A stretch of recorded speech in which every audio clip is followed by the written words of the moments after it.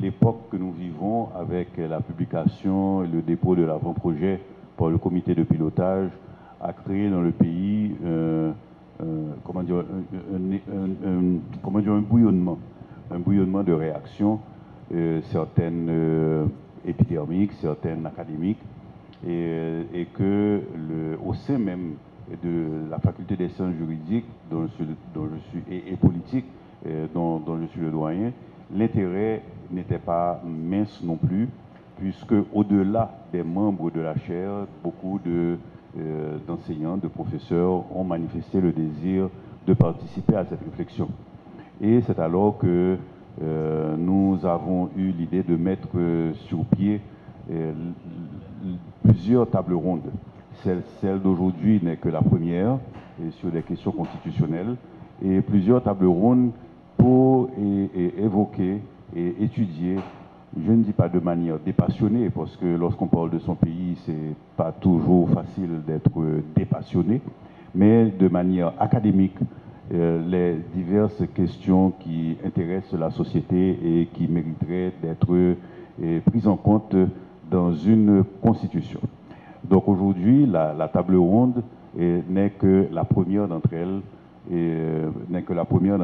et elle porte sur les thèmes que la présentatrice vient d'énumérer. Alors, il est vrai que au cours des discussions qui ont eu lieu à l'intérieur de la chaire, au sein de la chaire et avec les autres profs de la faculté, nous avons d'abord considéré le processus. Qu'est-ce qui a permis d'arriver à cet avant-projet? Et la conclusion était que cet avant-projet a suivi un processus qui était à la fois illégitime et inconstitutionnel, et ce qui sera démontré tout à l'heure.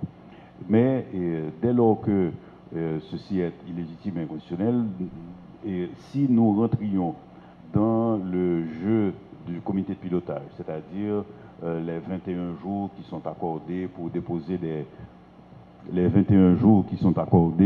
pour déposer des conclusions, c'est comme si, au fait, on légitimait le travail. Donc, nous ne rentrons pas dans le processus proposé par le comité de pilotage. Nous nous attacherons d'abord, c'est l'objectif du premier thème que nous abordons, à montrer l'illégitimité de ce processus, mais on ne va pas s'arrêter là, parce que c'est le travail de la chaire. Cette fois-ci, la chaire va travailler en public, en ce sens où les questions constitutionnelles, et d'une manière générale, qu'il s'agisse de nationalité, qu'il s'agisse d'organisation judiciaire, aujourd'hui qu'il s'agisse de la gouvernance territoriale, vont être débattues en public, mises sur la place publique, et de manière à ce que lorsque le moment venu, il faudra rédiger ou travailler sur une constitution dans les conditions légitimes, eh bien, les contributions de la chaire seront disponibles. Alors, il était prévu comme premier thème que le bâtonnier de l'Ordre des avocats, Patrick Pierre-Louis, également membre de la chaire et professeur à l'UNIC de philosophie politique, présente les conditions générales, qui justifient un changement de constitution. Il est actuellement empêché, mais m'a communiqué les grandes lignes, et il était nécessaire que, d'un point de vue théorique, ces grandes lignes soient exposées, et je le ferai brièvement, pour que l'on puisse comprendre pourquoi l'on pense que ce qui est fait et ce qui est présenté par le gouvernement constitue un attentat. Alors, d'une manière générale, et lorsqu'on regarde l'histoire constitutionnelle comparée, c'est-à-dire dans les autres pays, il y a grosso modo 3 grandes raisons qui justifient que l'on change de constitution. La première d'entre elles est la mise à bas, la mise à mort, ou le fait qu'un régime soit déchu. Par exemple, en 1789, en France, il y a eu la chute du régime monarchique, donc il fallait une nouvelle constitution pour le nouveau régime qui arrivait. Lorsque, dans en Haïti 1786, la chute de la dictature ne pouvait s'accommoder du maintien de la Constitution de 1962 révisée en 1982. Donc c'est le premier, c'est-à-dire qu'il y a un changement drastique du champ politique qui entraîne également la nécessité d'une nouvelle norme constitutionnelle. Deuxième motivation pour qu'il y ait une révision constitutionnelle, c'est le blocage des institutions. C'est-à-dire les institutions telles qu'elles sont prévues n'arrivent plus à fonctionner. C'est l'exemple type, c'est l'exemple de la 4e République en France où on avait un Parlement qui était omnipotent et qui entraînait un régime parlementaire, je dirais, excessif, avec des gouvernements qui duraient maximum 1 mois, 2 mois, 3 mois. Donc le pays était devenu ingouvernable et ceci avec des menaces même sur la sécurité nationale, ce qui porta à ce que la 4e République soit remplacée par la 5e République qui régit actuellement les institutions des institutions en France. La troisième raison, c'est que la société elle-même évolue et adopte de nouvelles valeurs, adopte une nouvelle philosophie et qui n'est plus en adéquation avec le régime en vigueur. C'est ce que l'on a connu récemment au Chili, où la constitution héritée de la période Pinochet avait continué à régir le pays qui était rentré dans un fonctionnement politique démocratique. Et à ce moment-là, la population s'est dit, mais il nous faut sortir de cette constitution issue de l'ère de la dictature militaire parce que le peuple est le souverain et le constituant suprême. Donc on a demandé au peuple si vous vouliez changer de constitution. Réponse qui a été positive. Et c'est alors que l'on a mis sur pied une assemblée constituante, c'est-à-dire que le peuple lui-même a élu des constituants qui ont élaboré une nouvelle constitution qui, soumise au référendum, a été rejetée par l'ensemble de la population. Donc, dans un premier temps, on constate que la constitution en vigueur n'est plus en adéquation avec les nouvelles valeurs de la société. Donc, il y a ce que les constitutionnalistes appellent un référendum d'opportunité. Est-ce qu'il y a lieu de changer? Si la réponse est positive, on met alors en branle un processus pour élaborer une nouvelle constitution. Voilà grosso modo et les grands axes, les grandes raisons, les raisons majeures qui permettent de justifier un changement constitutionnel. Est-ce que nous sommes dans un de ces cas de figure? Et c'est ce que nous allons voir. Mais vous verrez, et d'ailleurs tous les professeurs de droit constitutionnel s'accordent à le dire, on ne peut dissocier le droit constitutionnel de la réalité politique. Puisque, comme le disait le défunt Montferrier d'Orval, le droit constitutionnel est le droit de la politique. C'est-à-dire comment les règles qui régissent le fonctionnement de l'activité politique et dans un pays, si l'on veut que ce pays fonctionne d'après ce que l'on dit l'état de droit. C'est-à-dire que les politiques soient soumises au droit. Alors, ceci étant posé, il s'agit pour nous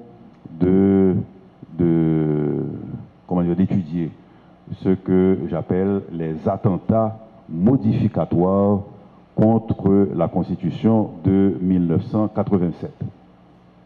Et en débutant cet exposé, permettez que nous nous attardions sur quelques notions qui paraîtront des lieux communs, mais qui éclaireront nos développements. Une constitution est la norme juridique suprême qui régit l'ordonnancement des pouvoirs publics et le fonctionnement des différents pouvoirs et institutions de l'État. Dans un État de droit, les gouvernants sont soumis à la loi et a fortiori à la Constitution tant que le texte juridique est en vigueur. En tant que texte juridique, la Constitution doit être envisagée dans son intégralité et il n'est pas permis d'en retrancher des parties en fonction de l'inconfort que provoquent certaines de ses dispositions. Dans un État qui se veut démocratique, la souveraineté est détenue par le peuple, compris comme l'ensemble des citoyens, de qui découle toute légitimité. Le souverain, le peuple, donc, est le pouvoir constituant suprême.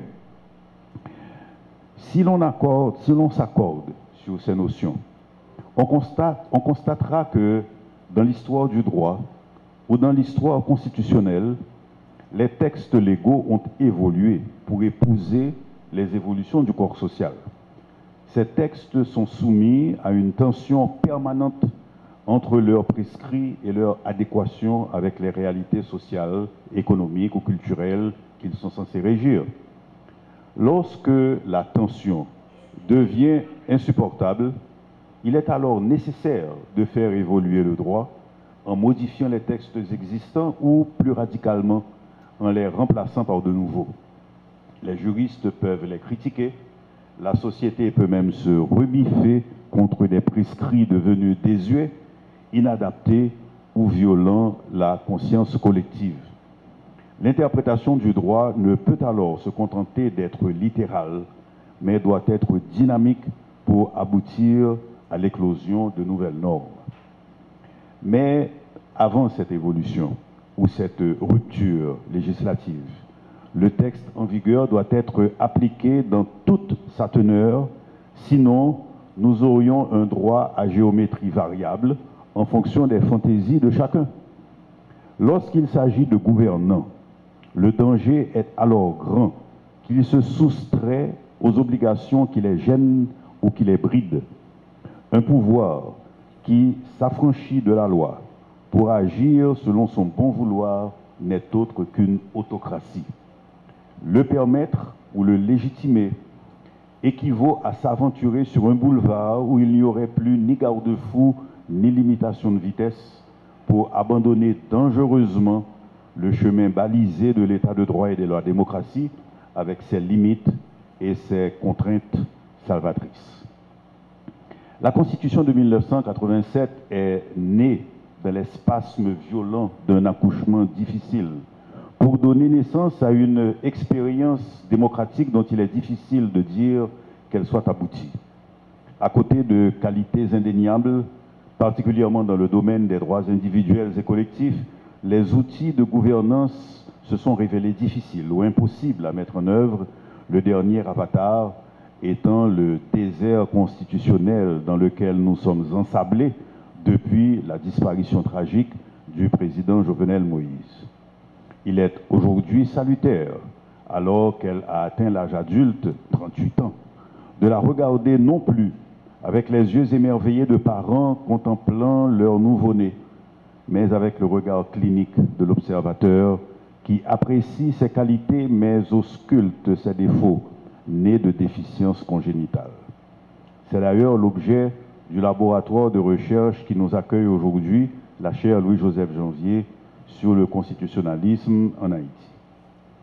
Mais comme il a été rappelé plus tôt, le texte doit être considéré dans son ensemble et l'on ne peut en retrancher les parties incommodes, le processus de révision ou de modification étant de celles-là.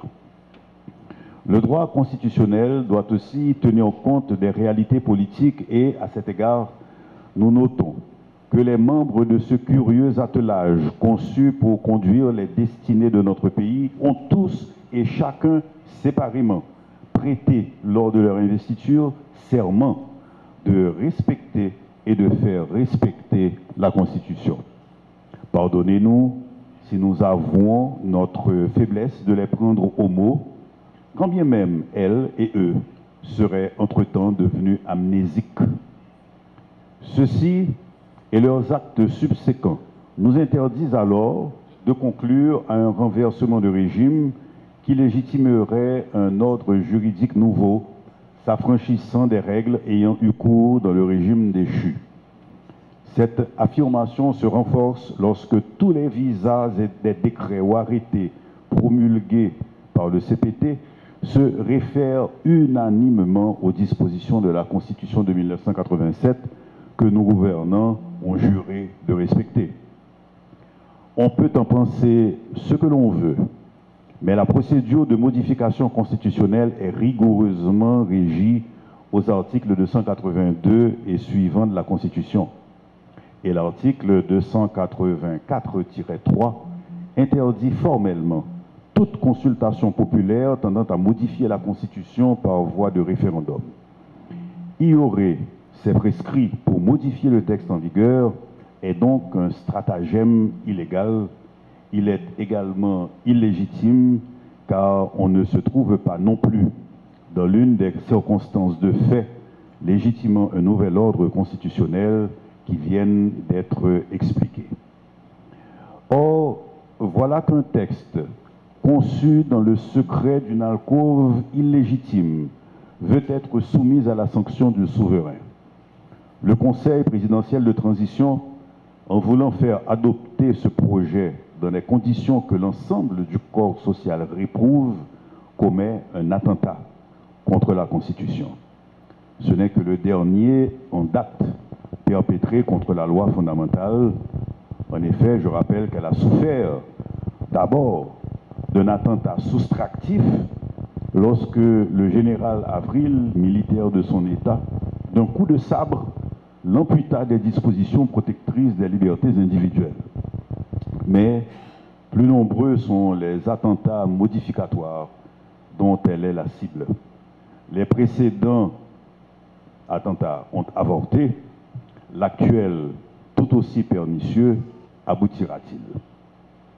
Le premier attentat contre la Constitution de 1987 résulte d'un accouchement au forceps, d'où sont sorties une aberration constitutionnelle dans la procédure et une monstruosité dans le résultat obtenu. En effet, en 2011, la 49e législature vota un texte qui, contesté par les parlementaires eux-mêmes, donna lieu à la perpétration d'un crime inédit dans notre histoire, le faux en écriture publique constitutionnelle, dont les auteurs, d'ailleurs, ne furent jamais punis.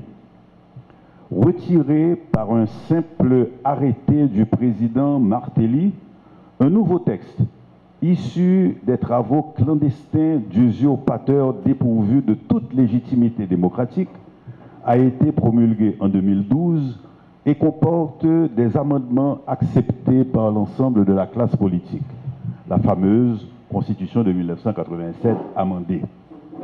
Nous sommes aujourd'hui régis par un texte dont Maître Léon Saint-Louis de la Chaire a en son temps démontré le caractère anticonstitutionnel de son élaboration et qui, écrit en français, coexiste avec un texte créole adopté simultanément par le peuple en juillet 1987 et qui, lui, n'a jamais été retouché.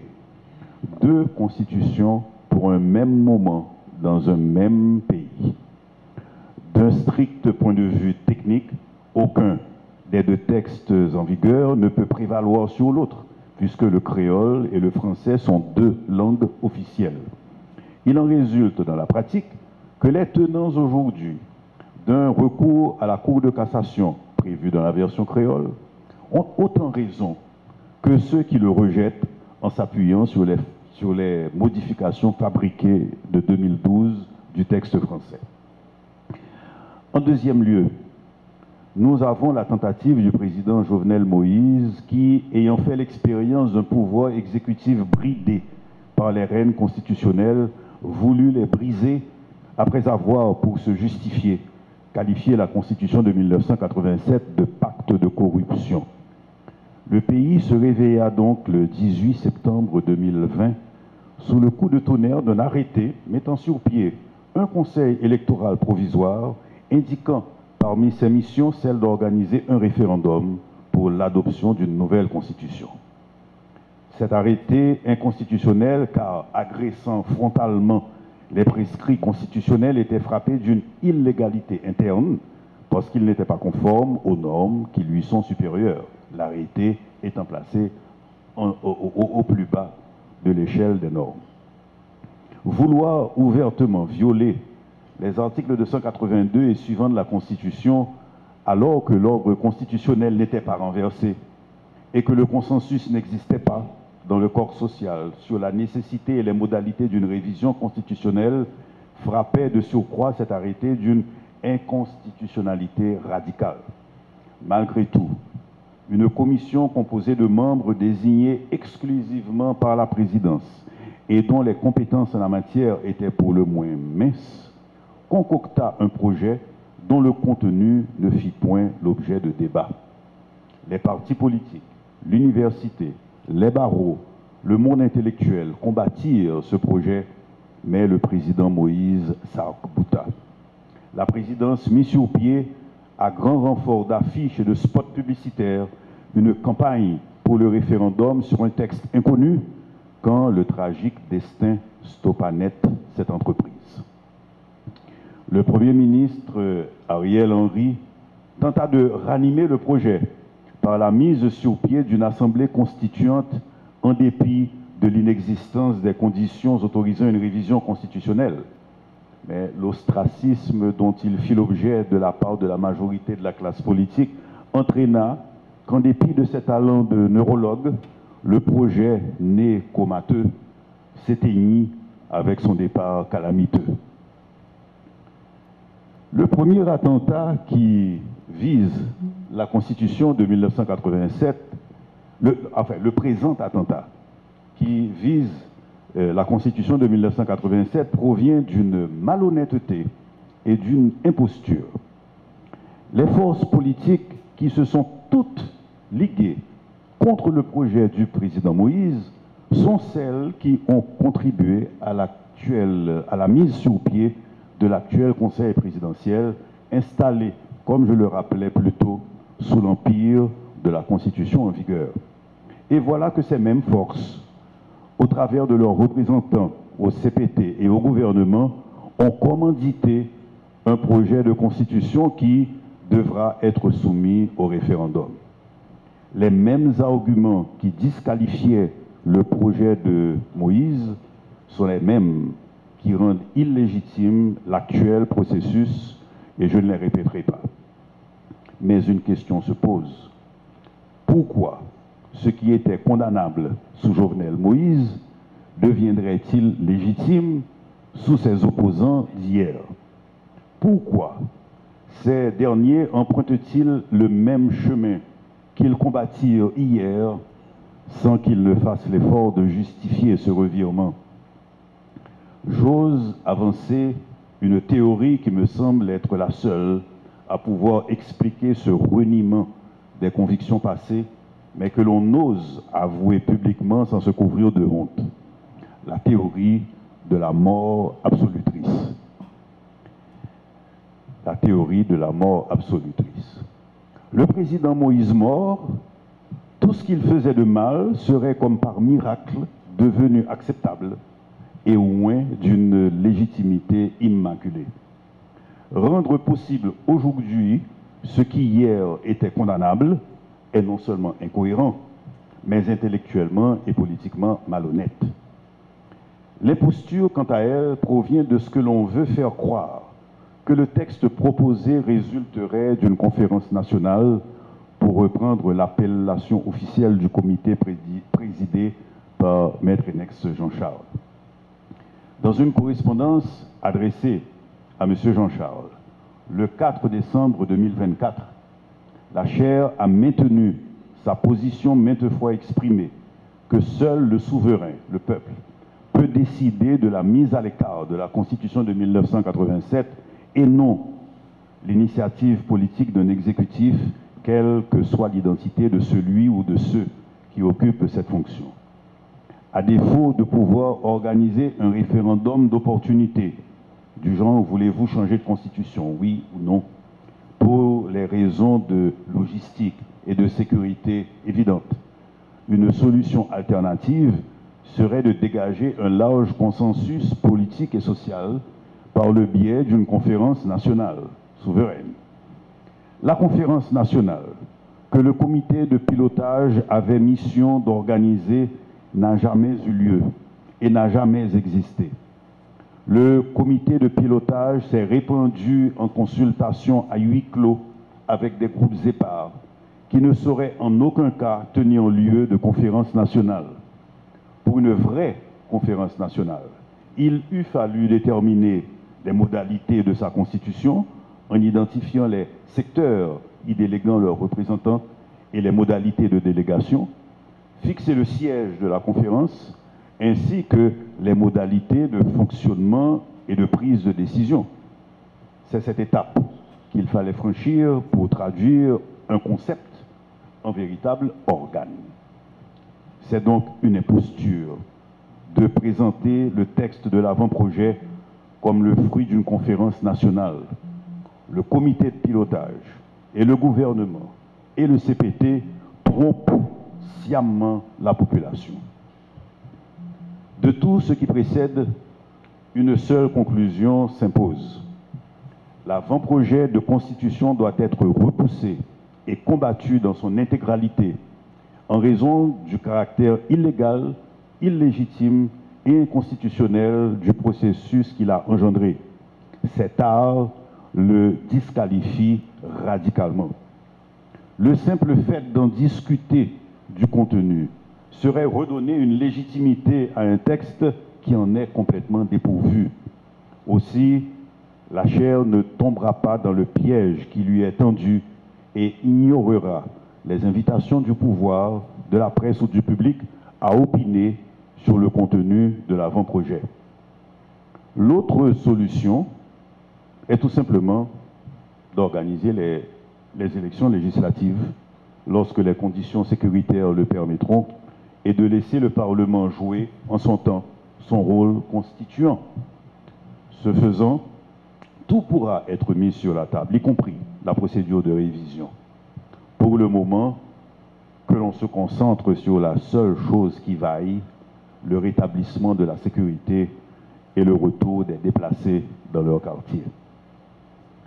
Pendant ce temps, la chaire continuera à remplir l'objet de sa création, qui est de débattre des questions constitutionnelles pour que les conditions réunies, ces contributions puissent être prises en compte lors d'un processus légitime, à défaut d'être tout à fait régulier.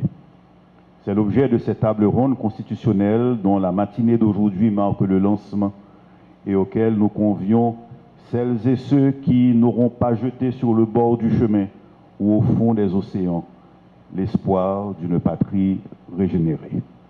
Je vous remercie.